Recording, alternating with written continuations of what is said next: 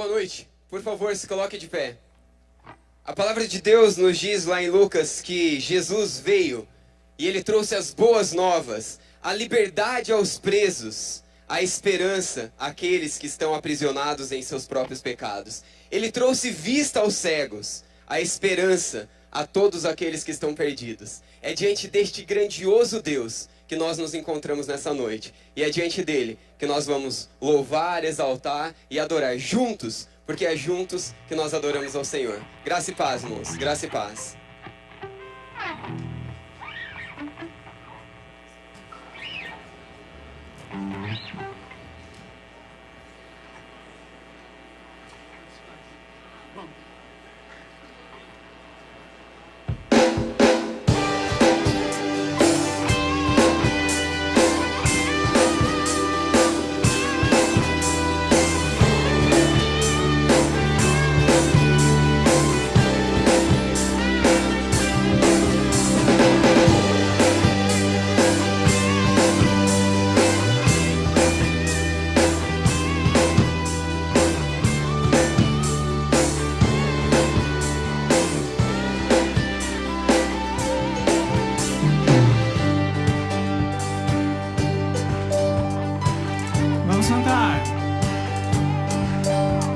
Dai graças ao Senhor, ao Rei dos Reis. Seu amor é pra sempre.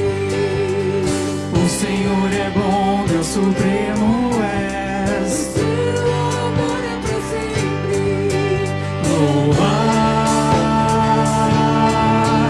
ao Rei pelo poder de sua forte mão.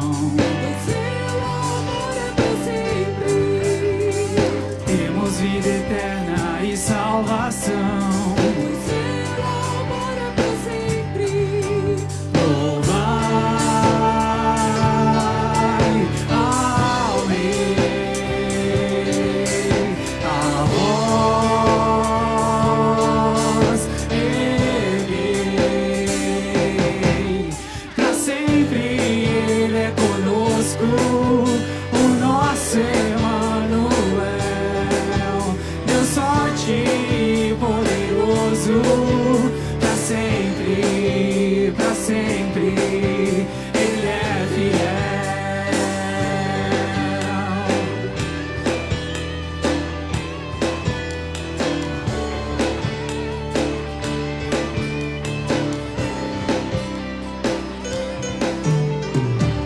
Desde a manhã ao anoitecer, Seu amor é pra sempre. Sua graça irá nos fortalecer. Seu amor é pra sempre. Louvai ao Rei, a vós erguei. Pra sempre Ele é conosco, o nosso Emmanuel,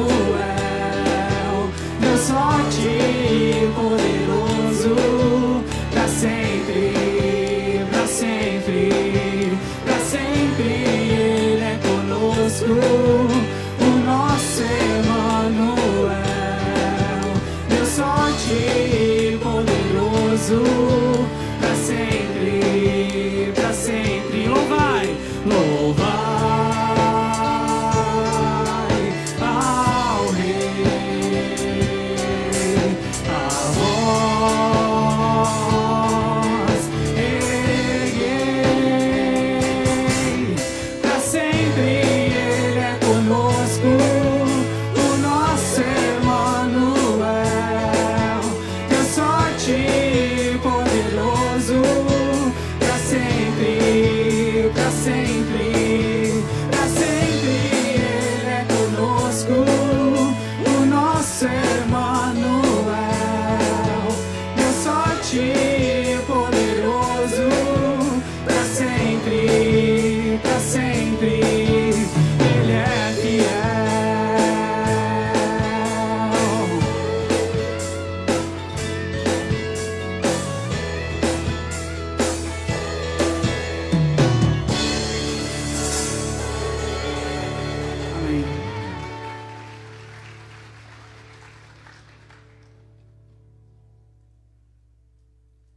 Vamos orar.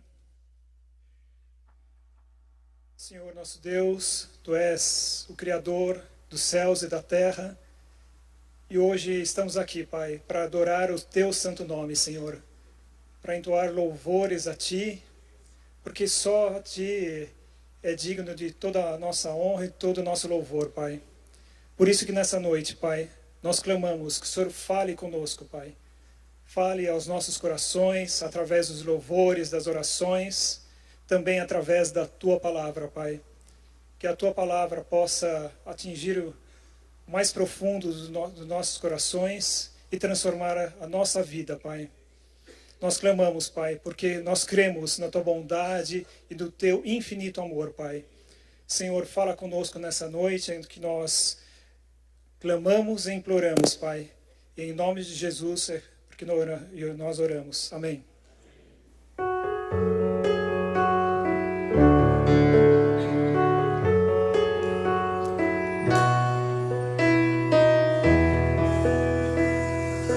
Pra Tua glória, pra Teu louvor, estamos juntos mais uma vez. Somos Teu povo, Tu és o nosso Deus, em quem nós temos a vitória. Pois Teu amor revelado a nós, deu-nos nova vida.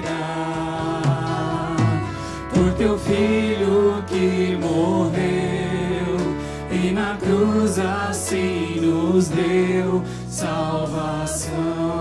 Pra Tua glória, pra Tua glória, pra Teu louvor, estamos juntos mais uma vez. Somos Teu povo, Tu és o nosso Deus, em quem nós temos a vitória. Pois Teu amor revelado a nós, deu-nos nova vida. Por Teu Filho que morreu e na cruz assim nos deu salvação. Pois Teu amor revelado a nós, deu-nos nova vida. Por Teu Filho que morreu e na cruz assim nos deu salvação. Por Teu Filho que morreu e na cruz assim nos deu salvação. Amém. Pode se assentar.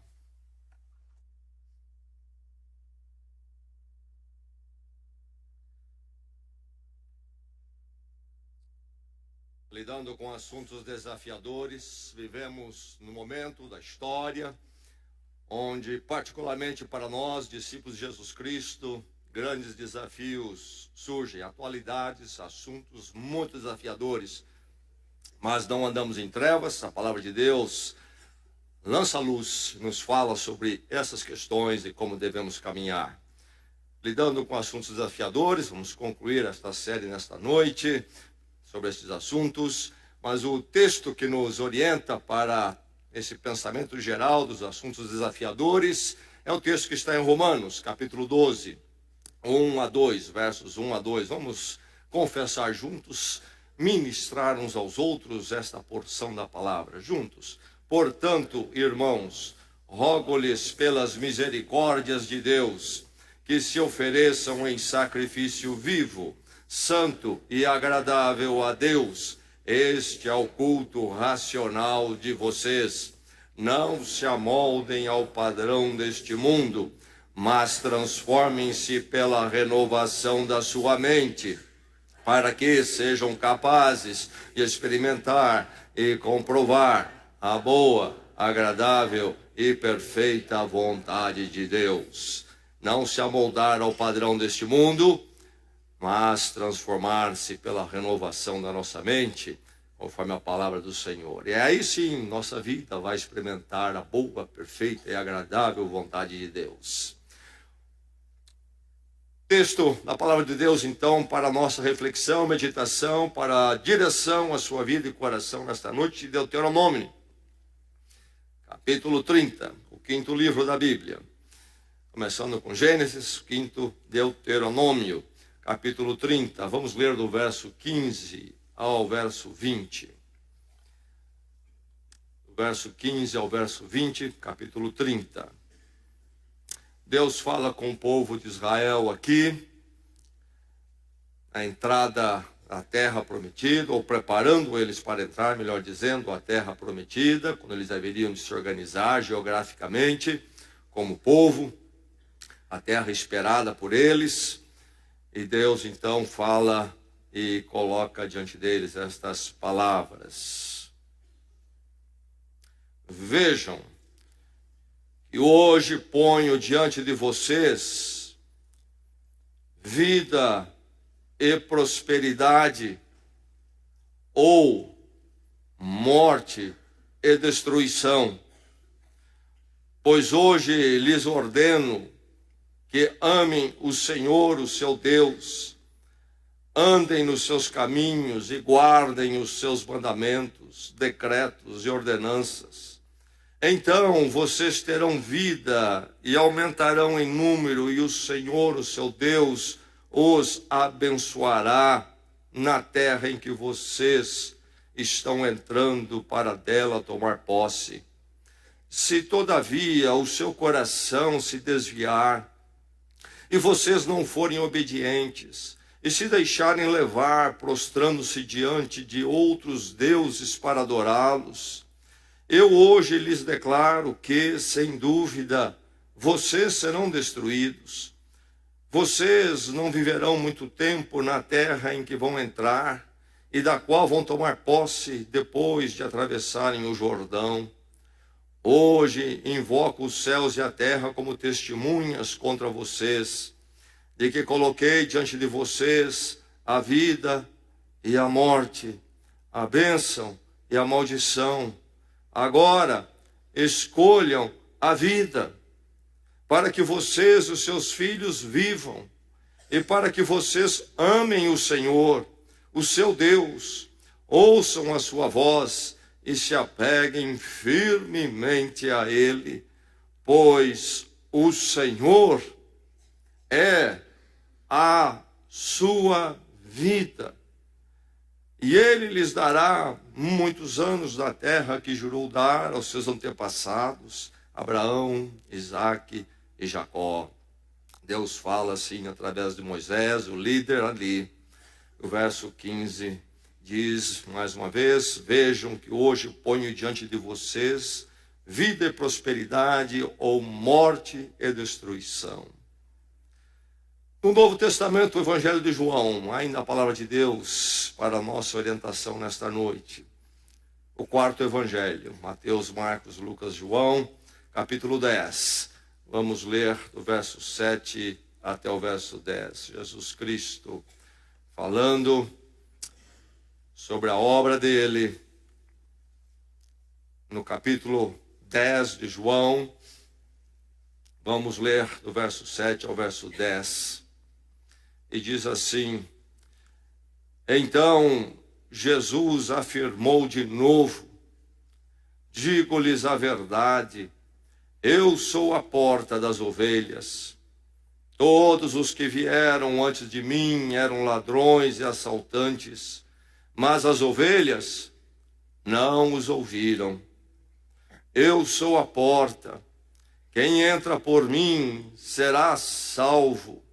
Entrará e sairá e encontrará pastagem. O ladrão vem apenas para roubar, matar e destruir. Eu vim para que tenham vida e a tenham plenamente. O ladrão vem apenas para roubar, matar e destruir. Eu vim para que tenham vida e a tenham plenamente. Esta é a palavra de Deus.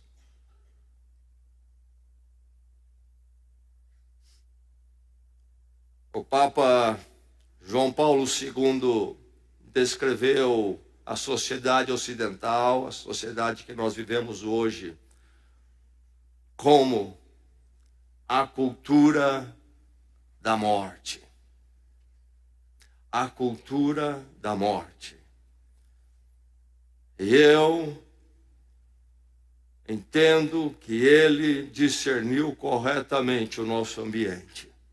O ambiente onde nós estamos vivendo, agindo, o ambiente onde nossas crianças estão crescendo, onde os nossos jovens estão sendo formados, é um ambiente da cultura da morte. Não confunda a agitação com vida. Aliás, a agitação pode ser um sintoma, e eu creio ser, a agitação intensa, o frenesi dos nossos dias, um sinal de morte. É o paliativo para lidar-se com uma realidade que nada tem a oferecer, é vazia, é caminho de morte. Onde nós habitamos hoje? Nas artes, nas universidades, grande parte das ciências, na mídia, nas festas e baladas, nós habitamos na cultura da morte e não da vida.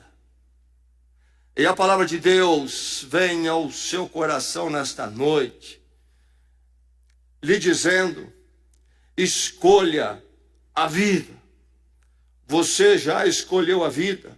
Você nem escolheu, nem se apercebeu de que você está mergulhado numa cultura de morte. E em não escolher, já escolheram por você. Em não escolher para a sua casa, já escolheram para a sua casa. E escolheram o que? A morte, porque você está inserido, mergulhado, submerso numa cultura de morte. E tudo que nos cerca está contaminado por isto. Um ambiente de putrefação. Triste e terrível são estes dias escuros. Escolha a vida. Há essa possibilidade. A palavra de Deus vem nessas trevas densas como uma luz brilhando para nós. A esperança aí a caminho, louvado seja Deus. Escolha a vida, distinguindo a cultura da morte. É preciso prestar atenção e ler o que acontece à nossa volta. Nós que temos a palavra de Deus e a ministração então do Santo Espírito, temos condições de ler, distinguir, interpretar, perceber que à nossa volta habita uma cultura da morte. Porque se não há isto, o envolvimento é tal que alegres e felizes descemos a ladeira da morte como todo mundo está fazendo. A cultura da morte é primeiramente da morte filosófica. E deixe-me incomodá-lo um pouquinho só com essa questão, porque nós vemos o resultado, mas não conhecemos a origem. Nós vemos os frutos, mas não temos normalmente tempo ou interesse em refletir, ou quem sabe até preparo para conhecer a raiz. E as coisas geralmente começam, as propostas de vida, em corredores de instituições de intelectuais, escrevendo livros um tanto quanto pesados na leitura, e que a população em geral não se dá conta, não se interessa. Mas depois de se firmar no ambiente intelectual certas ideias, devagar elas migram para a mídia, e aí aquelas ideias profundas, aqueles arrazoados tremendos, são tornados digeríveis em doses mais homeopáticas, para tornar-se palatável à pessoa comum, e com as artes e outras formas de colocação se espalha aquilo, mas não se dá conta de que o problema começou lá, nas ideias, no fundamento das ideias, no arrazoado filosófico. A morte filosófica chegou. A morte filosófica chegou. Nós perdemos o propósito de vida. É-nos dito que não há nenhum propósito e significado de vida transcendente. Nós apenas estamos aqui. Aconteceu e nem sabemos porquê. E não há mais nada além disso daqui. Há uma total falta de propósito. E quando eu digo propósito, que responda ao espírito humano. Mas com uma visão de vida totalmente materialista, secularista, o que existe apenas o aqui e agora e a matéria. Há uma resposta apenas do existir por existir, que então é materialista e secularista e não satisfaz o anseio do meu espírito, que pede algo transcendente e maior. Eclesiastes diz bem, Deus colocou a eternidade no coração do ser humano. Há de haver uma razão pelo qual eu levanto cada dia, e pela razão pela qual eu atravesso os meus anos, e depois que tudo se for, isso aqui ter valido a pena. Não há propósito, é-nos dito. E sobra então aquilo que o apóstolo Paulo cita, citando Isaías, mas na verdade os dois já citam então a proposta secularista daqueles do tempo deles. 1 Coríntios 15:31, o apóstolo Paulo diz, citando o pensamento secularista: comamos e bebamos, porque amanhã morreremos. É isso, sobrou isso, coma e beba. Esse é o propósito que sobrou. Coma e beba. E escrevendo os nossos dias, diríamos um pouquinho mais. Coma e beba, fuma um pouquinho de maconha, cheira um pouquinho de cocaína, porque amanhã morreremos. Transa um pouco mais, porque amanhã morreremos. É isso aí. Morte filosófica. Primeiro, a morte do propósito. Mas vem a morte da categoria. Nós estamos vendo o ser humano sendo desconstruído, destruído, e por isso, consequentemente, cai aos pedaços. Nós estamos vendo a abolição daquilo que nós chamamos de ser humano. Categorias. Uma questão filosófica antiga. Aristóteles, por exemplo, de forma muito hábil, lidou com isto, séculos antes de Cristo, lá na Grécia Antiga. Nós pensamos e lidamos e conhecemos através de categorias.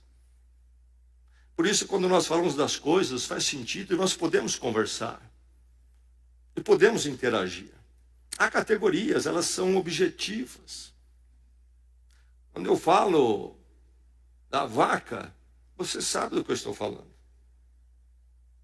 E a vaca é real para nós. E nenhum de nós pensa em porco quando eu falo em vaca. Mas nós hoje falamos ser humano e não sabemos mais quase o que é ser humano.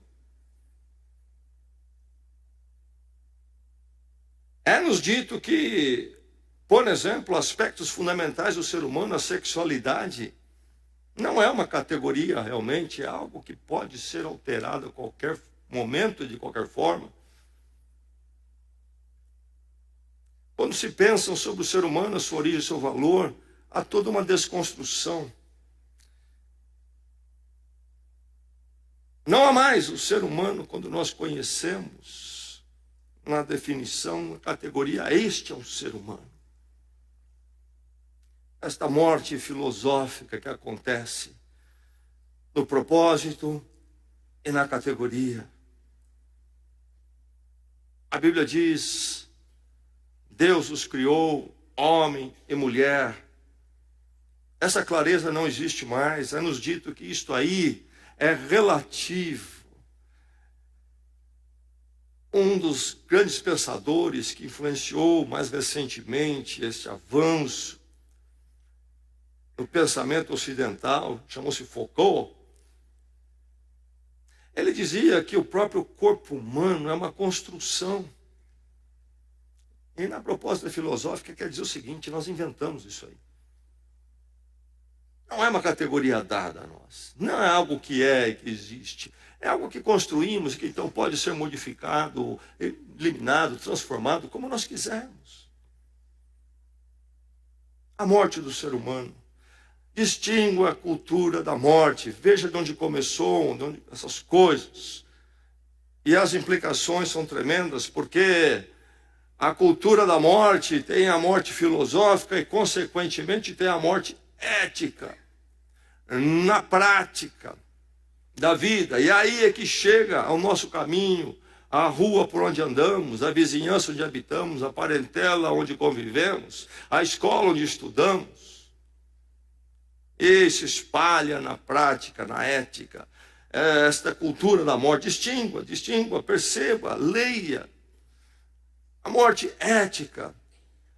Nós vivemos na era do aborto. Como se luta e se debate para que isso seja instituído mais e mais.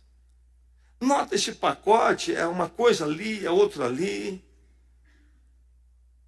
Departamentos da nossa vida. Mas veja como tudo envolve uma inclinação para a morte. Faleceu recentemente a atriz global, famosa no Brasil, Beth Farias. Na entrevista antes da sua morte, ela diz sobre um aborto que ela fez: que bom que eu fiz, que bom que eu fiz. Eu não queria ter aquele filho. Eu sempre tive bons médicos, caros, competentes, e fim de papo. Esse é o pessoal que está formando a opinião. É um pessoal que fala da morte, promove de boca cheia, com nenhuma dificuldade. E ainda se gaba. A eutanásia está no ar. É um debate, no Brasil ainda não é forte, mas vai chegar. Em outros países é muito forte. Um que marcou época foi o Dr. Jack Cavalcanha, nos Estados Unidos, entre 1991 e 99, ele ajudou 130 pessoas a morrerem. Ele criou, inventou a máquina da morte. Os líquidos ali, as químicas, para ser injetado e a pessoa morrer. Não quero mais viver, doutor. Eu tenho uma máquina boa para você. E quando estourou o caso, foi um escândalo, os jornais denunciaram, ele foi levado a julgamento. Mas quando em 99, finalmente, ele é condenado, passado o tempo, aquela manifestação escandalosa e de crítica a ele havia se transformado. Ele continuou firme na convicção dele, dizendo que isso era normal, etc., era o caminho humano. E quando ele é julgado, ele já começa a ser aplaudido pela mídia. E procurado por artistas como um grande homem, querendo promovê-lo. Nós temos na área dos esportes essas lutas que ganharam força recentemente, MMA, FFC, o Full Contact. Note que essas coisas vão ganhando corpo e chegam próximos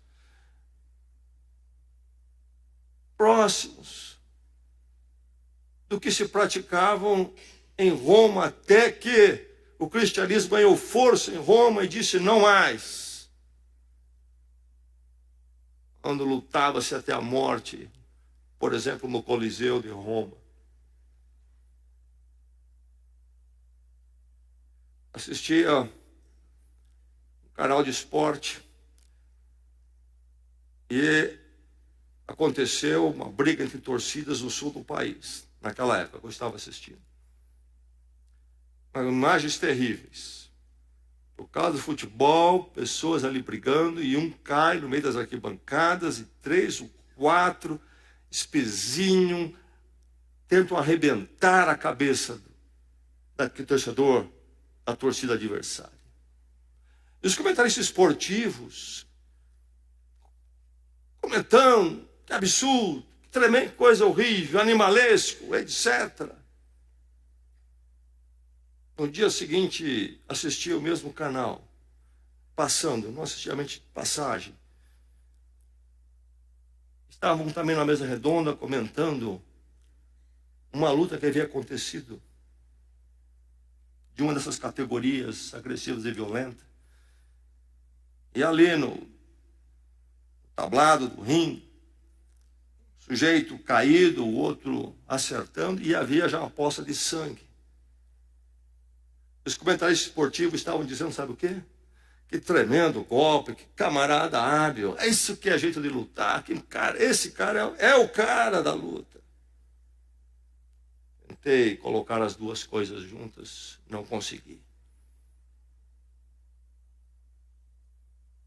Quando arrebentavam na arquibancada, era horrível. Quando arrebentava no ringue, era maravilhoso. O mesmo pessoal, a mesma cabeça. O ser humano, sem iluminação da palavra, com toda a sua vaidade intelectual, se torna tolo e perde o sentido das coisas. Não apoia esse tipo de coisa, é cultura de morte. E nós estamos chegando muito perto de permitir que um mate o outro. As drogas. São as drogas, senão um grande sinal de que nós habitamos na cultura da morte. Por que as drogas? Ora, não há propósito, morte filosófica. Não há propósito. A vida humana é inconsequente. Então, como conviver com isso, se não for as drogas?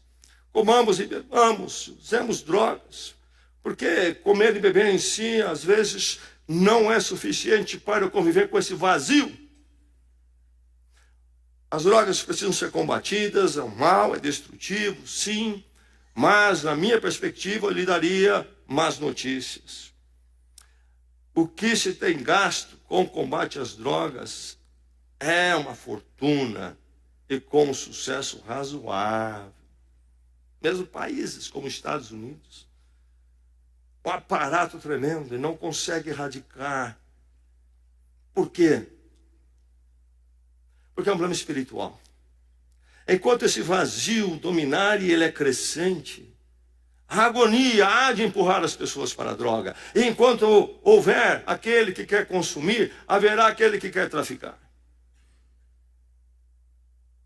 O dinheiro é grande. E alguns entendem que a solução é liberar. Você é conservador, não quer liberar. Não é isso. O razoado é, se é um mal, estamos perdendo a luta e vamos entregar então. Não faz sentido para mim. Eu prefiro morrer na praia quando estou lutando com o mal, do que entregar. Tá bom, vocês venceram. Faz. Toma conta. Não entendo esse raciocínio. A repressão não deu certo. Precisa liberar. Liberar vai resolver o problema. Vai mesmo. Não vão traficar mais. Todos nós vamos na farmácia comprar um pouco de cocaína para hoje à noite, para casa, usar um pouquinho, não é? Mas é uma beleza. Como se o mal funcionasse assim. O mal é insaciável. Ele põe o pé na porta, você deixa, ele põe o segundo pé. Você deixa o segundo pé, ele está com o corpo todo. Você deixa, ele invade a sua casa. Você deixa, ele te expulsa da sua casa. Você deixa, ele acaba com você. Drogas, cultura da morte, assassinatos no nosso país. Que situação. 60 mil, perto de 60 mil assassinatos no ano passado. Nós olhamos com horror as notícias de alguns lugares de guerra, lá no Oriente Médio, por exemplo, e não se mata nada nem perto disso. O que acontece? Ainda esses dias eu recebi um e-mail de uma pessoa que leu um artigo, eu coloquei no jornal aqui de Bragança, e ele, contrapondo algumas colocações que eu fiz, dizendo que eu não tinha dado importância a toda essa juventude que está morrendo nesses assassinatos. Realmente ele não leu bem o meu artigo, creio que até leu, mas ele tinha os seus óculos e não conseguiu ver exatamente o que estava dizendo. É claro que eu dou importância a isso, quem que não daria uma tragédia dessa aqui? Mas aí entendi um pouquinho onde ele vinha, os óculos dele. A questão toda é econômica, por isso que estamos nos matando.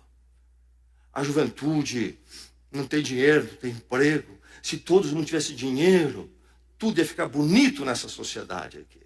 É um problema econômico. Eu diria, meu irmão, minha irmã, meu amigo aqui, é um problema espiritual. Nós estamos na cultura da morte, não há valores. Eu entendo a pessoa que rouba, porque não come há 3 dias e passa a mão num pão para levar para casa, que não pertence a ele. Mas armamento pesado na mão, e porque o outro se mexeu um pouquinho fora do caminho, acaba com a vida do outro. Vem dizer para mim que isso é economia. Meu irmão, é que toda uma cultura de morte tomou conta de muitos âmbitos da nossa nação, e olham um para o outro como se fosse nada, entre eles e quem não pertence ao meio deles também. Morte. Você olha a televisão, você aprende vida, não se aprende morte. Morte. A homossexualidade é um sinal da cultura da morte, sim. Porque a homossexualidade é potencialmente estéril. Ela é a morte da humanidade. É uma questão filosófica aí. A homossexualidade é a morte da humanidade.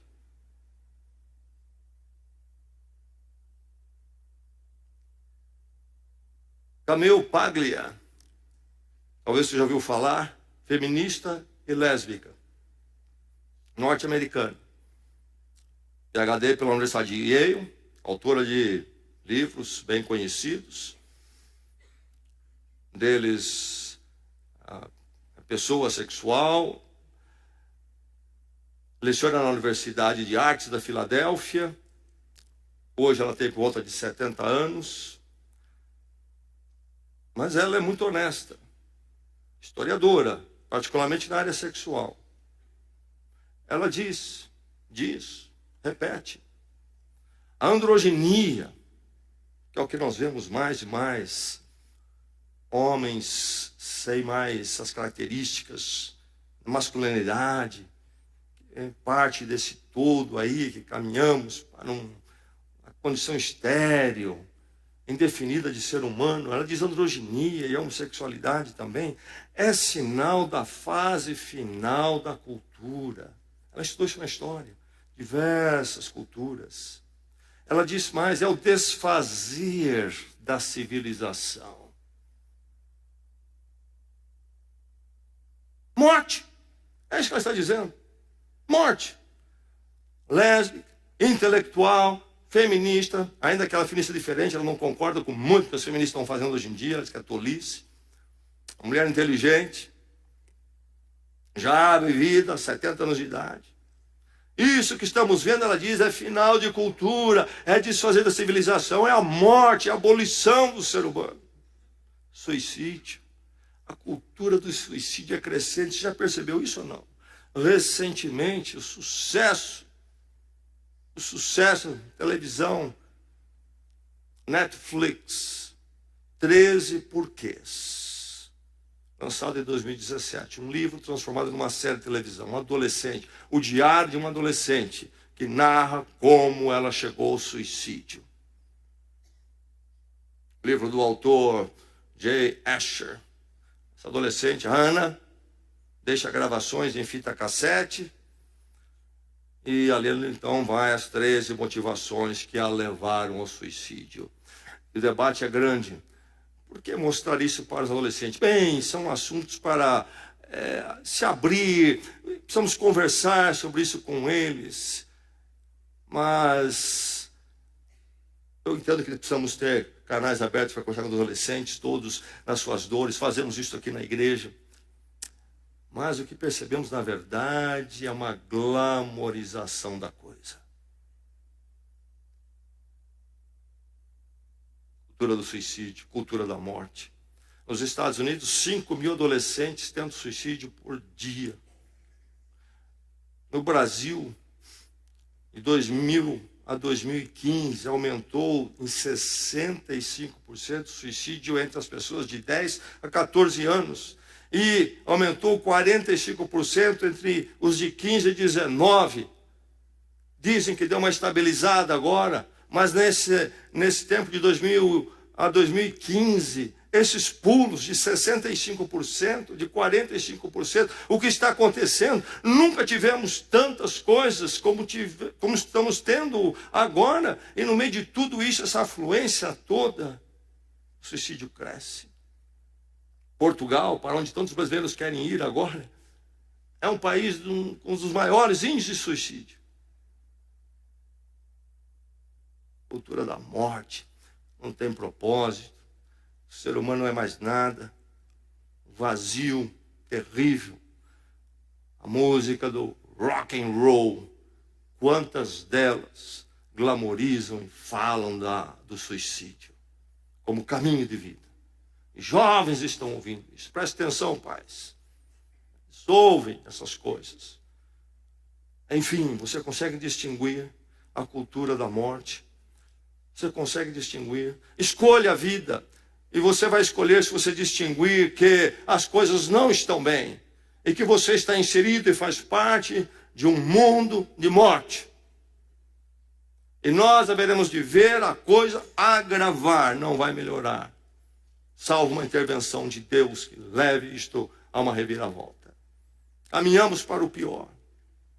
Escolha a vida, arrazoando a partir da fundação da vida. Nós temos o fundamento secularista. A vida é isto aqui, comamos e bebamos, que amanhã morreremos. Nada mais. Esse é um caminho. Esta é uma forma de pensar. Nós não somos nada, estamos aqui neste universo, somos um cisco, uma passagezinha rápida, como uma pequena vela, acende, apaga, isso é a vida. Vou raciocinar por aí, tenho aqui o agora somente, vou comer e beber ao máximo nesse momento, que eu tenho esse momento, dá para comer e beber, depois eu não sei, acho que não tem mais. Esse é um arrazoado. Essa é uma forma de pensar.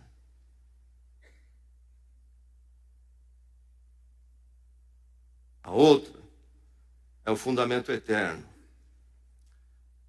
A partir de Deus. Sou uma criação especial de Deus. Criado para um propósito eterno. Deus em Cristo me resgata da cultura da morte que adentrou este mundo, que rompeu com ele. E me leva para a vida. A vida eterna. A vida com ele agora e para sempre. Esse é um outro caminho.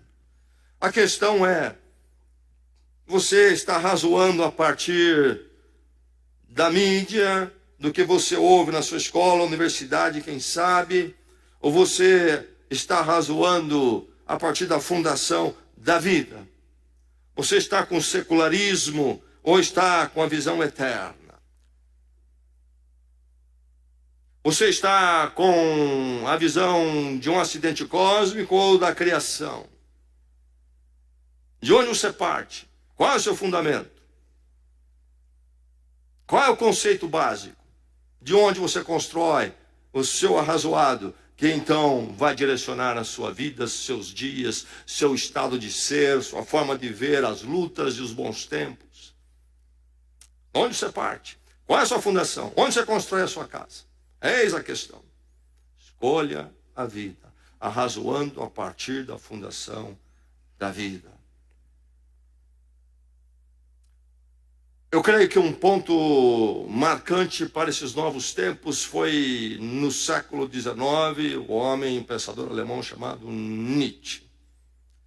Ele é famoso por ter dito Deus está morto num dos seus livros, ele tem um personagem declarando isto.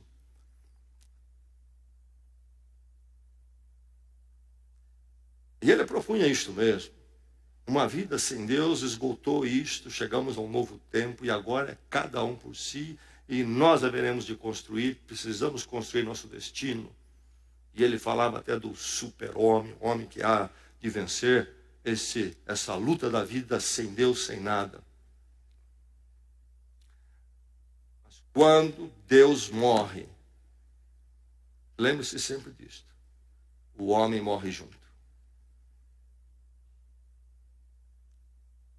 Quando Deus morre, o homem, o ser humano, homem e mulher, morrem juntos. A vida se torna nada e o pior pode acontecer. Escolha a vida, é o chamado da palavra de Deus para você. Quando Israel está para entrar na terra prometida, Deus fala através de Moisés, coloco diante de vocês hoje duas possibilidades. Duas possibilidades. Escolha a vida entregando-se ao caminho da vida. Entregando-se ao caminho da vida. Há dois caminhos, apenas dois. Quando Deus fala através de Moisés, ele diz, só tem dois. Escolham a morte ou escolham a vida. E não há um caminho do meio. Não há um meio a meio para fazer. Ou entro por um, ou entro por outro. E mais cedo ou mais tarde, isso ficará comprovado na minha vida, na história da minha vida. Jesus falou em dois caminhos. O caminho largo e o caminho estreito. E só dois. E ele disse muito claramente que o caminho largo é largo porque a maioria vai por ele. Mas ele diz, é o caminho da morte. O caminho estreito, estreito porque são de poucos, mas é o caminho da vida. Dois caminhos. Entregue-se ao caminho da vida. A questão é preciso chegar à sua vida o momento quando você então distingue a cultura da morte, e aí você pode contrapor a cultura da vida, e você então faz o entendimento dos dois arrazoados, e por que eles são assim, esses caminhos são assim, e você então faz a opção radical de entregar-se ao caminho da vida. É a hora da virada, é a hora da mudança. Cozinhar as coisas não será possível. Você está envolvido numa cultura da morte. Ou do lado. Somente optando, conhecendo o caminho da vida, isso pode mudar. Mas é preciso chegar a esse momento da virada, do rompimento radical, ou então você vai continuar, vai ser levado para o caminho da morte. Dois caminhos, onde você está? Qual é a sua opção? Deus colocou para Israel isso muito claro, Jesus Cristo no Sermão do Monte coloca isso muito claro, são dois caminhos e dois apenas. Jesus Cristo fala inclusive sobre construir-se ou a casa sobre a rocha no final do Sermão do Monte, ou se construir a casa sobre a areia. Quem constrói sobre as suas palavras de Jesus, constrói sobre a rocha. Há consequências. Não se esqueça disto. Os dois caminhos, Jesus diz, têm consequências. Lá em Deuteronômio, muito antes de Cristo, ao povo de Israel, Deus diz, tem consequências. Tem consequências. Brinca com a morte, acha bonitinho, está nas artes, está na mídia, é cantado, é floreado, é dramatizado em série, é tão bonitinho, é droga recreativa, nos dito. É uma questão de opção, todo um eufemismo para disfarçar algo que está podre, está morrendo. Você brinca com isso e não se percebe como um tolo está sendo consumido e levado para o caminho da morte. E as consequências virão. Grande preocupação nossa com as nossas crianças que crescem nessa cultura de morte nesses dias. Preocupação nossa com os nossos jovens. E preocupação nossa com nós adultos que precisamos ser referências para eles. E talvez estamos falhando nisto. Porque nós mesmos não estamos entendendo o drama que a humanidade vive. Entregue-se ao caminho da vida. Entregue-se totalmente. Deus Criador, se é Criador, então Ele é o Deus da vida. Deus nunca foi o Deus da morte. Lê em Gênesis sobre a criação. Não há plano de Deus para a morte lá no primeiro momento. Deus é sinônimo vida. Mas a morte entrou porque o ser humano abandonou a fonte da vida, que é Deus. Mas Deus prometeu já no Gênesis e Ele cumpriu em Cristo o resgate da cultura da morte para o que João chama de vida eterna no seu Evangelho. Deus veio com a redenção, veio com o resgate. E em Cristo Ele está chamando pessoas para abandonarem a cultura da morte e experimentarem a cultura da vida. Desfrutarem da cultura da vida. É preciso essa decisão radical que é possível somente em Cristo. Somente em Cristo. Como o problema das drogas prolifera no país, na nossa região, as casas terapêuticas, onde as pessoas são internadas para se recuperarem da escravidão das drogas. Mas, passado o tempo e voltado à vida normal, saindo daquelas casas, o resultado, o percentual é quase zero, as pessoas retornam. Por quê? Porque não se tratou da raiz do problema. Realmente, quem já experimentou as drogas tem um problema para lidar aí pro resto da vida. Mas pode vencer se for mexido na raiz espiritual. Por que a pessoa foi para a droga em primeiro lugar? Por causa da cultura da morte. Não há propósito, é um vazio tremendo. Se ela não encontrar o propósito, o significado, ela não vai resistir. Pelo contrário, a agonia é grande, é preciso voltar às drogas. É preciso esta decisão radical que só conhecemos em Cristo. Ele morreu a minha morte para que eu pudesse viver a sua vida.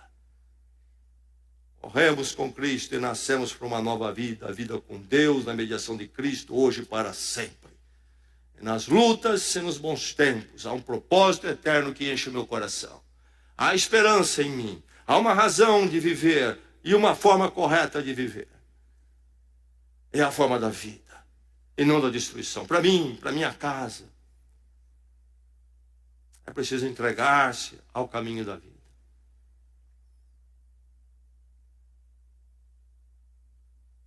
A minha juventude, a época da minha juventude era a época do movimento hippie.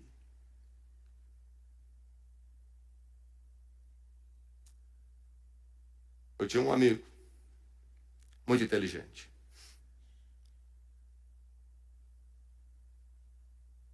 Ele logo percebeu que a vida, da forma que se propunha, sem Deus era vazia. Ainda que ele cresceu numa igreja, na sua infância, adolescência, com essa juventude abandonou a igreja, encontrou uma vida muito vazia, se tornou um hippie. Pôs o pé no mundo, abandonou sua casa, brigou com seu pai, foi embora, ajuntou-se a um bando de hippies, saiu o Brasil afora, depois a América do Sul, onde tinha acesso a drogas, eles iam. Ele e o irmão dele, naquele estilo. Aquelas roupas sujas, viajando em grupo, barba, cabelo comprido, desalinhados. E Chegou um momento quando eles disseram um para o outro: sabe, nós já experimentamos de tudo. A única coisa que nós experimentamos ainda é a morte. Começaram a discutir filosoficamente o suicídio como a viagem maior que não tinham feito ainda. Tinham já viajado com todo tipo de droga, faltava esta. Quem sabe é isso aí a vida. Eles estavam em Belém, perto do porto, dizer, uma noite de lua, vida vazia. E ali, o irmão do meu amigo começou a falar com ele sobre suicídio, e ele começou a embarcar naquilo também. Estavam chegando ao fim, esgotamento.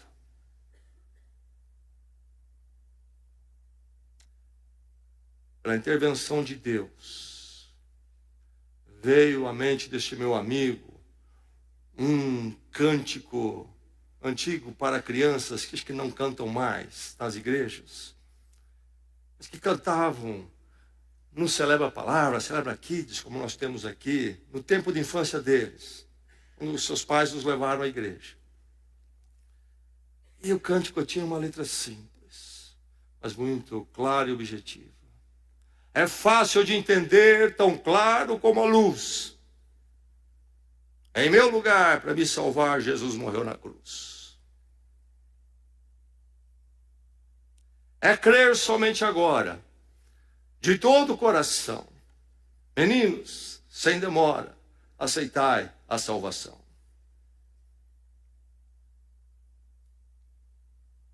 Naquele momento do túnel da vida, escuro e fechado, próximo do fim, o Espírito Santo usou essa memória de um cântico simples da infância para que eles dessem a meia volta. Voltassem para casa, encontrassem com seus pais, pedissem perdão, voltassem para a igreja. Trabalhei com esse amigo meu um bom tempo. Ele trazia marcas profundas da morte que cerceou a vida dele muito de perto. O efeito das drogas, rapaz muito inteligente. Momentos difíceis. Mas foi transformado. Ainda hoje, servem os dois, fazem um trabalho maravilhoso. Um deles, inclusive, no ministério infantil. Escolha a vida. Entregando-se ao caminho da vida. E só há um. Está em Deus, manifestado em Cristo Jesus. Vamos orar.